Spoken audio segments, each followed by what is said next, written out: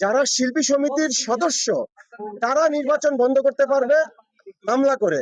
এই দুজন আমাদের চলচ্চিত্রের কোন সংগঠনের মেম্বার না। আপনারা আমার বিষয়টা একটু বিবেচনা করবেন। এখন পর্যন্ত দুইটা প্যানেল হয়েছে, কোন প্যানেলই কাকে নিয়ে একটি নেগেটিভ কথা এখন পর্যন্ত বলে নাই।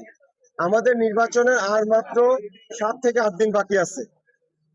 এখন পর্যন্ত যেহেতু হাস্যোজ্জ্বল এবং মানে ভালোবাসার বন্ধনের একটা নির্বাচন চলছে এফডিসির মধ্যে, এটার জন্য আমরা খুবই খুশি।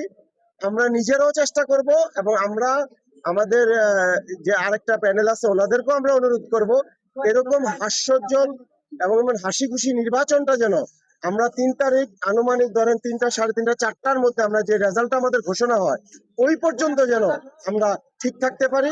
আমাদের যে আরমান মুক্তি যে প্যানেলটা, এটা আমরা 21 জনের সমন্বয়ে আমরা করেছি। এটা নিয়ে আমরা শতভাগ আশাবাদী। আমাদের এখানে যারাই নির্বাচন করছে এবং যারাই প্রার্থী হয়েছেন সবাই খুব বিচক্ষণ এবং ওনারা সবাই শিল্পী।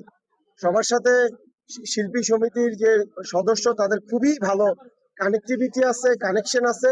আমি বিশ্বাস করি যে আরমান মুক্তির পুরো প্যানেলটাই আল্লাহর রহমতে জয়যুক্ত হবে। আমার বিপরীতে যিনি প্রার্থী আছেন উনিও কিন্তু এই চলচ্চিত্রের অনেক সুনামধন্য একজন মানুষ এবং এই চলচ্চিত্রে আমার যিনি বিপরীত প্রার্থী ওনারও কিন্তু এই চলচ্চিত্রে অনেক অবদান এবং উনি আমার ডবলের চেয়েও বেশি ওনার বয়স, ওই যে জাকি আলমগীর ভাই।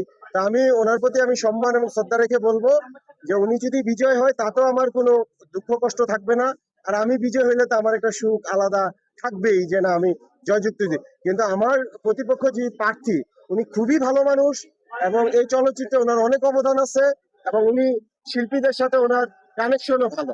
আপনারা আমার বিষয়টা একটু বিবেচনা করবেন, আমি যেন আপনাদের ভোটে জয়যুক্ত হইতে পারি। দুইজন ব্যক্তি নির্বাচন নিয়ে একটা কল রেকর্ডে যে নাটক সাজিয়েছে, এই দুজন আমাদের চলচ্চিত্রের কোন সংগঠনের মেম্বার না। যেমন আমরা শিল্পী সমিতিরও মেম্বার, আমরা প্রযোজক সমিতিরও মেম্বার, আবার আমাদের অনেক শিল্পী আছে যিনি পরিচালক সমিতিরও মেম্বার।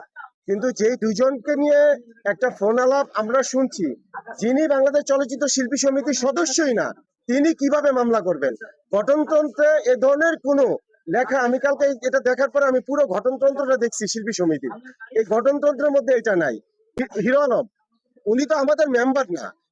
এই গঠনতন্ত্র অনুযায়ী নির্বাচন বন্ধ করার জন্য যারা শিল্পী সমিতির সদস্য তারা নির্বাচন বন্ধ করতে পারবে মামলা করে, এবং তিনি যে অভিযোগের মামলাটা করবেন এই অভিযোগটা শতভাগ সত্য হইতে হবে। যদি শতভাগ সত্য না হয় তাহলে তারও কিন্তু জেল পাস হয়ে যাবে।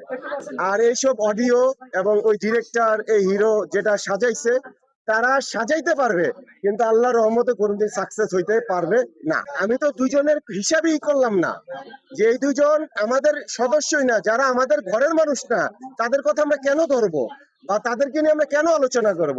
ওই টোটাল অডিওটা আমার কাছে একটা ফালতু অডিও মনে হয়েছে, একটা সাজানো নাটক মনে হয়েছে। আমার মনে হয়েছে যে ওনারা মার্কেটে নাই, আমাদের শিল্পী সমিতিটাকে পুঁজি কইরা তারা একটু মার্কেটে আসার চেষ্টা করতেছে এবং এই দুজনের প্রতি আমার চরম ঘৃণা আপনাদের মাধ্যমে আমি জানবো। তারা আমাদের ঘরের মেম্বার না, তারা আমাদের আমাদের হিসাবের কোনো মানুষ না, তাদেরকে নিয়ে আমরা এগুলা হিসাবই করব না।